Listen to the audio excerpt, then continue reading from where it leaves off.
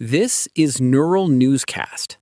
The essential stories for Wednesday, May 13th, 2026. I'm Thomas Keene. And I'm Hannah Whitmore.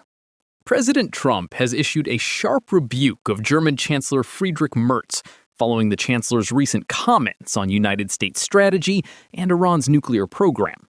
Trump argued that a nuclear-armed Iran would hold the world hostage.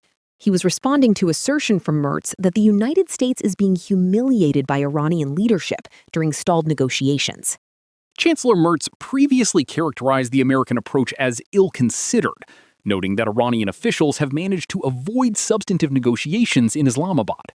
Merz pointed to past United States interventions in Afghanistan and Iraq as cautionary examples of engagements that lacked a clear strategic exit. The president countered by suggesting that Germany is failing economically and otherwise under the chancellor's current leadership. This friction occurs while the White House is hosting King Charles and Queen Camilla for a formal state visit. In the United Kingdom, Prime Minister Keir Starmer is addressing significant defeats in local elections as Nigel Farage's Reform UK party secures major gains. Reform UK has gained over 330 council seats, ending decades of Labour dominance in northern industrial towns like Tameside and Wigan. Prime Minister Starmer acknowledged the results were difficult, but maintained that they do not weaken his resolve to deliver his promised policy changes. Voters frequently cited the rising cost of living as their primary concern, a factor that appears to have driven the shift away from both Labour and the Conservatives.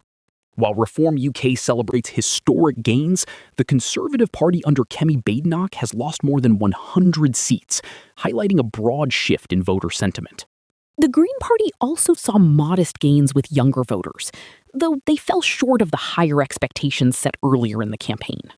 Turning to healthcare, Nebraska has become the first state to enforce Medicaid work requirements today under a new federal mandate.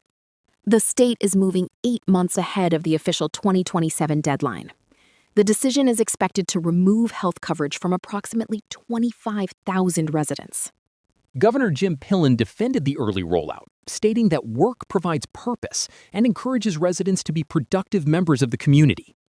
However, health policy analysts at Georgetown and other institutions warn that Nebraska lacks the administrative staff required to manage such a complex transition.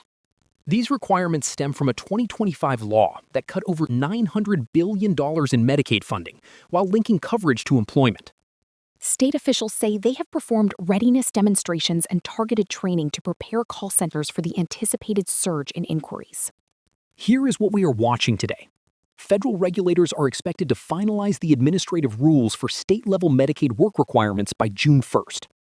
In the United Kingdom, local councils will continue counting ballots today, with final results for the Scottish Parliament and Welsh Senate due by tomorrow evening.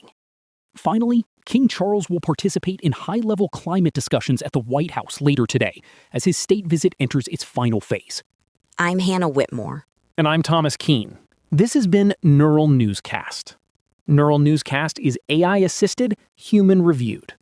View our AI transparency policy at neuralnewscast.com.